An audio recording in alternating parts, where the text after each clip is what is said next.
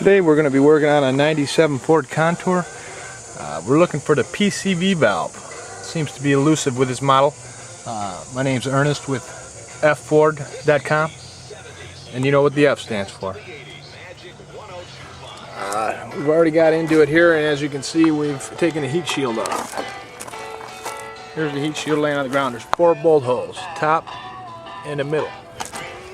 Real easy to take out. No point in showing that step. Now here's where the PCV valve is. If you see here where the radiator hose goes in, this is the thermostat housing. Okay. Right down here, you see this is a stud here, and below the stud is a little metal pipe. That metal pipe is going to the PCV valve, clear down in there, where you just barely can see. See if I can zoom in on it a little bit here for you. Let me see if I can get the light to come on, maybe.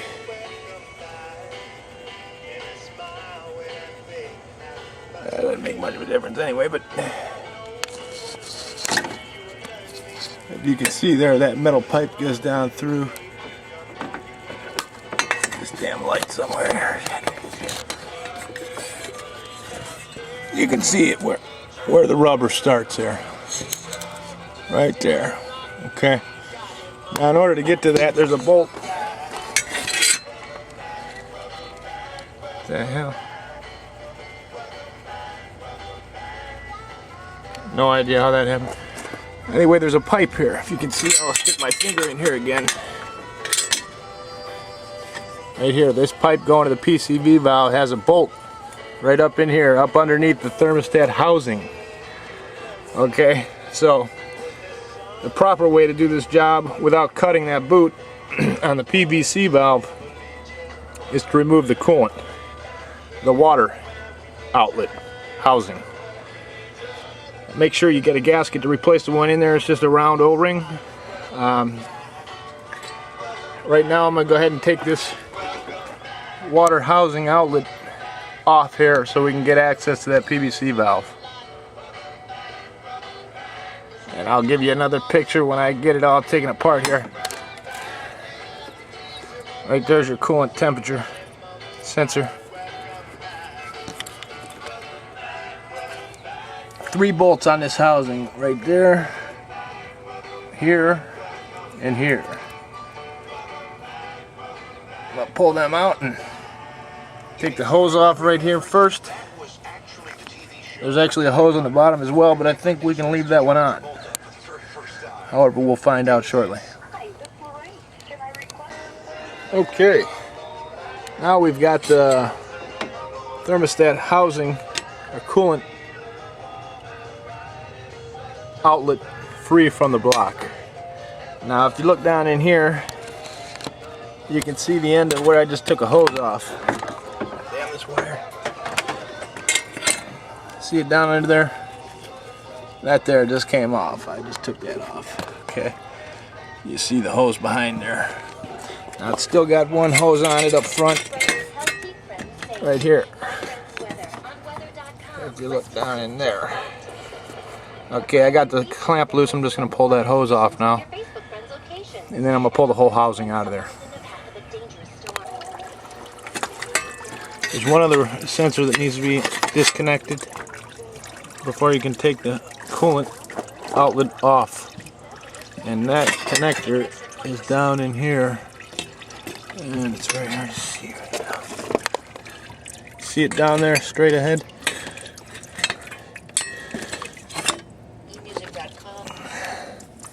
Right in here. Just push the clip and pull that off. Okay. We have got the water outlet housing removed from the block. There's the empty hole. Now you're going to want to clean this up with a wire brush.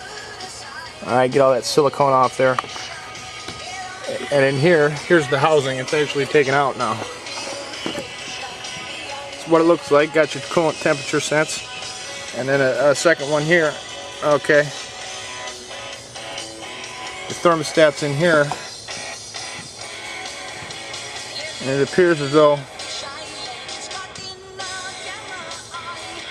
this one may not be working.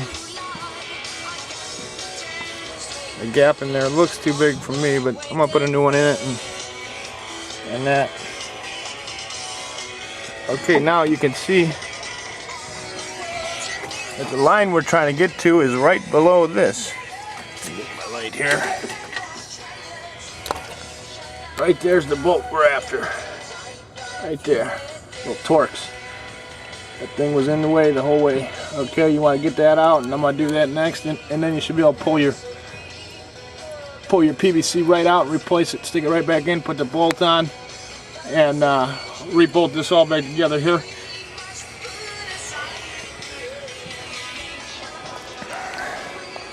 Now you want to check your hose on here because mine feels a little sloppy, but it seems alright, and I'm going to go with it. Actually the back water hose was real sloppy on there too. I'm going to take a look at that one now. See if maybe there isn't something. Son of a bitch. Actually, we gotta look over here. Christ almighty. Oh wow, I just got shocked from the battery. The pipe actually feels alright, but I'm gonna put a new hose clamp on there because this one's worn out. Okay, we'll get back here at the next step.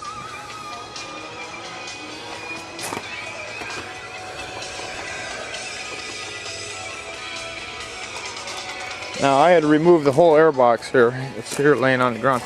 You can take it all out with a couple bolts here, some clips here, and here, and a post you pull out. That's it.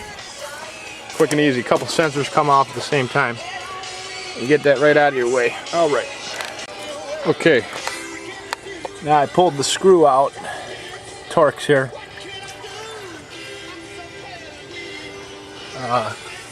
That is a T40 Torx. Just got to set that aside, and then you can grab this pipe that we were talking about with the bolt in it and just pull it right up out of there, no problems. Get a better view here. Now here it is, if you can see,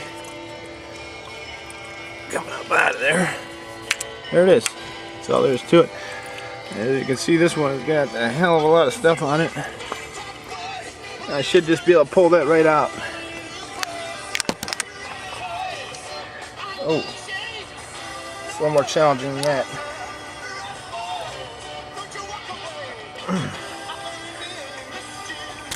It's definitely making a tight connection. Okay, pulled it up out of there, and there it is. Popped right out of the end. The rubber hose is still on the pipe. We can reuse that, no problem. Okay, now I've cleaned all the surfaces up. And I've got the new thermostat in there already. I put a new thermostat gasket around the thermostat. There's no need for silicone around any of these, as long as you put a new gasket on the thermostat. Okay, now there's a new gasket goes into here. It's just a small gasket, flat. It goes right in the ridge. There's no need for silicone here either. Slide it on in, and then that meets up with this surface here. Tighten it all back up. Make sure you get your hose back in there down there. I put a new hose clamp on because mine was worn out. I also found that these wires here were melted together. I'm not sure if you can see, but these are the wires that plug in to the bottom of that.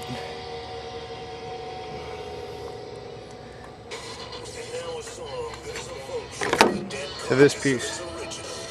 The wires were melted together though. I pulled them apart and I put some silicone around them, and that should fix that problem.